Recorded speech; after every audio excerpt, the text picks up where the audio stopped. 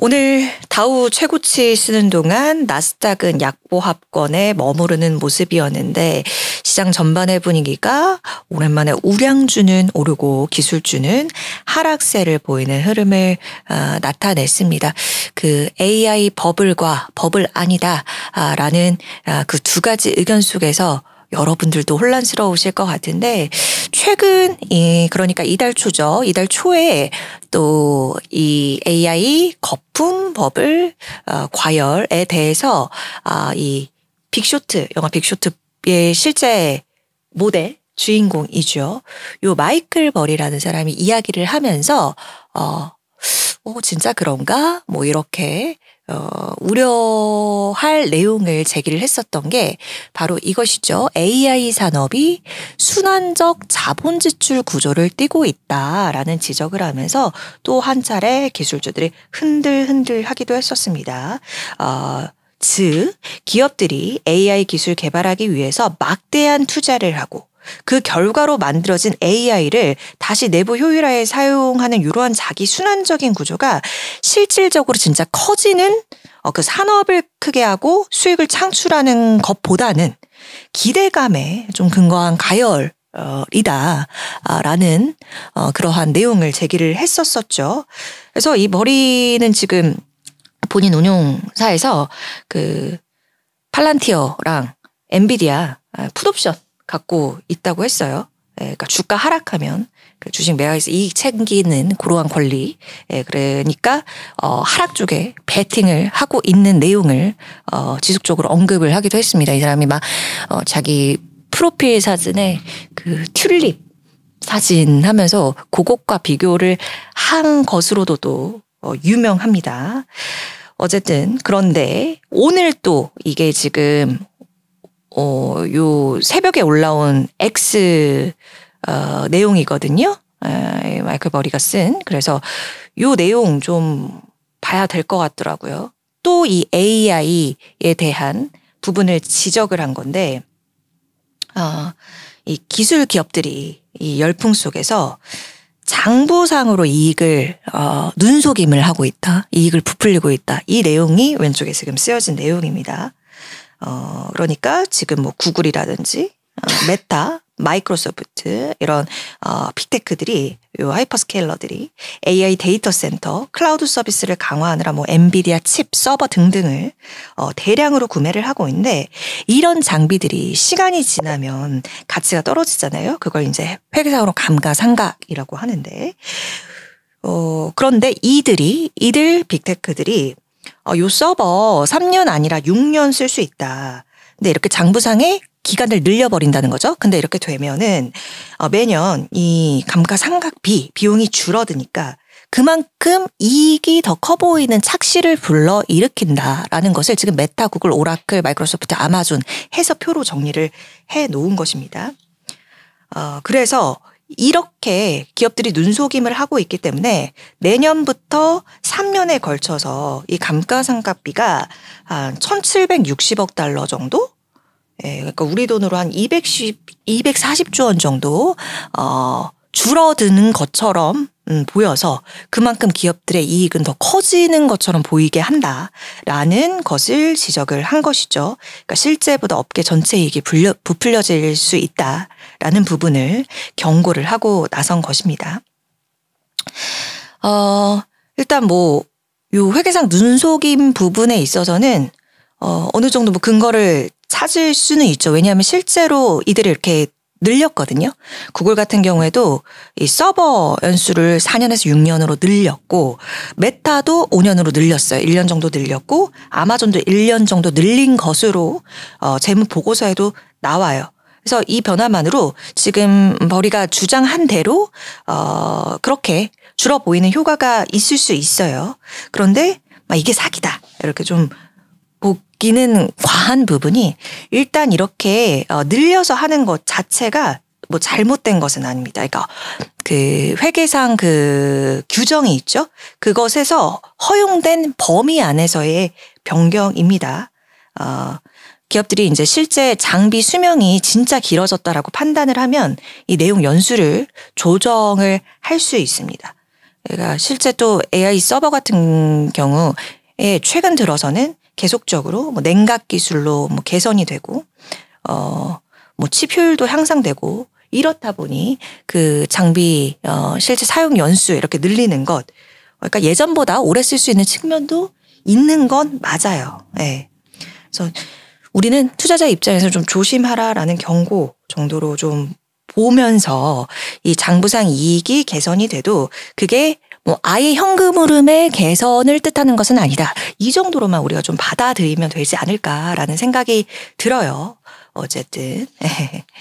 그래서 이 부분을 좀 얘기를 좀 드려보고 싶었어요. 오늘 뭐 이 얘기도 있었고 뭐 엔비디아 등등 좀 하락하는 모습을 보여서 그 주가 하락에 불씨를 당긴 것은 무엇이었나, 이 이슈도 있었다. 여러분 체크하고 가시면 좋을 것 같고요. 자, 오늘 이 얘기도 있었습니다. 엔비디아 오늘 3% 가까운 3% 가까운 하락 흐름으로 마무리가 됐는데요. 소프트뱅크, 손정희 회장이 이끄는 소프트뱅크 그룹이 요 엔비디아 지분 갖고 있던 것을 전량 매각했다는 소식이 이 주가 하락을 좀 부추기는 소식으로 작용을 했습니다. 지난달에 매도했다라는 내용이 이번에 그 사업 보고서 결산 자료 통해서 이제 공개가 된 건데요.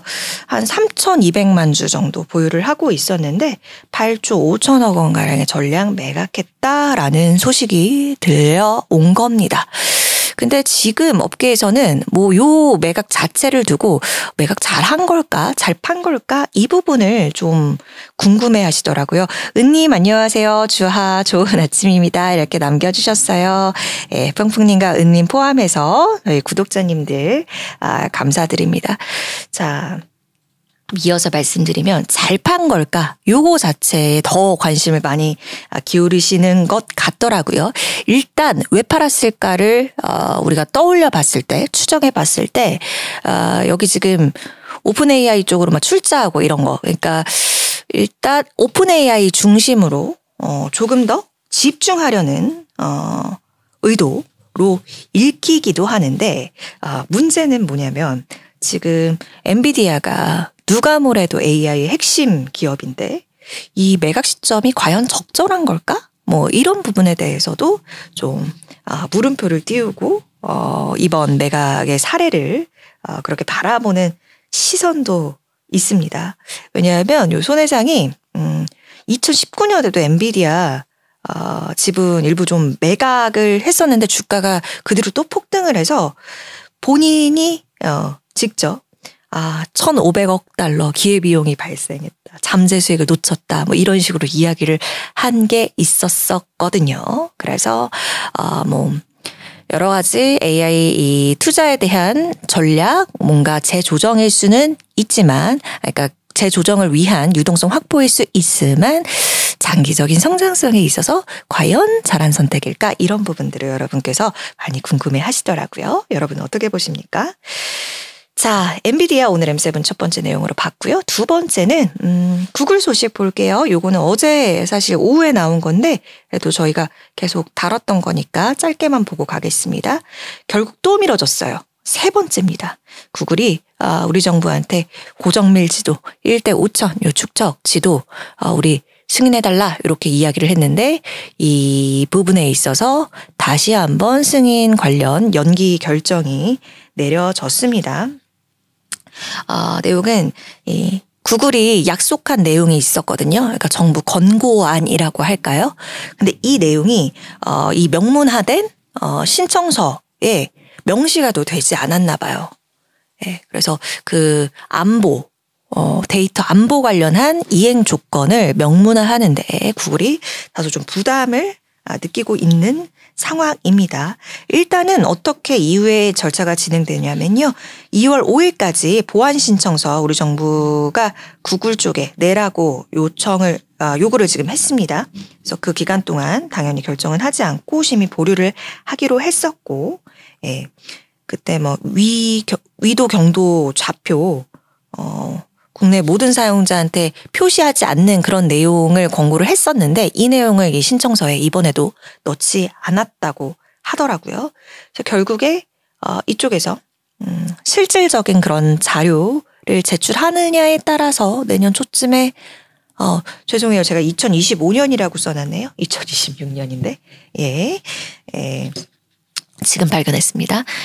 어쨌든 이렇게 그 구글 쪽에서 실질적인 자료를 제출하느냐에 따라서 결론이 판가름 날 것 같아요.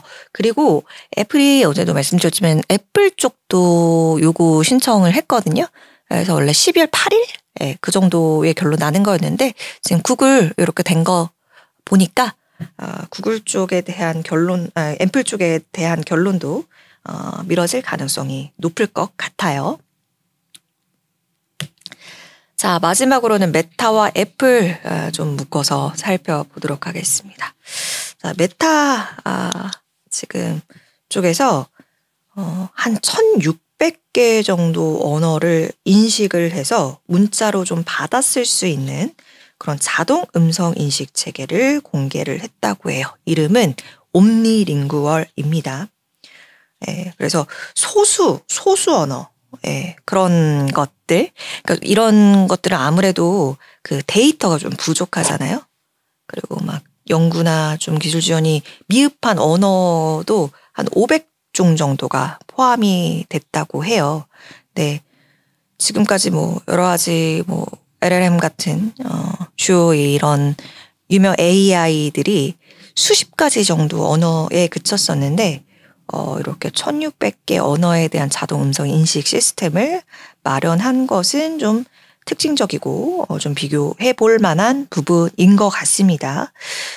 지금 이 데이터가 우리 많은 언어들 있죠. 요거 이제 고자원 언어라고 하는데 요거 비해서 이 소수 언어 저자원 언어 같은 경우에는 그 오류율은 높대요. 네. 오류율은 당연히 좀 높은 수준이어서 실제 좀 더 활용할 수 있는 단계까지는 정확도 개선이 좀 필요할 수는 있겠다라는 생각이 들더라고요. 자, 그리고 두 번째는 애플 소식은 아주 짧게만 보도록 하겠습니다. 애플이 또 중국 정부 명령 받아서 중국 앱스토어 내에서 동성애자 앱, 데이팅 앱 뭐 요거 삭제했다고 하더라고요. 그때 2010년에 베이징 동계올림픽 할 때도 이런 비슷한 것이 있었는데 이렇게 삭제 조치 들어갔다라고 합니다. 자, 이렇게 오늘 M7 내용은 마무리를 짓도록 하겠습니다.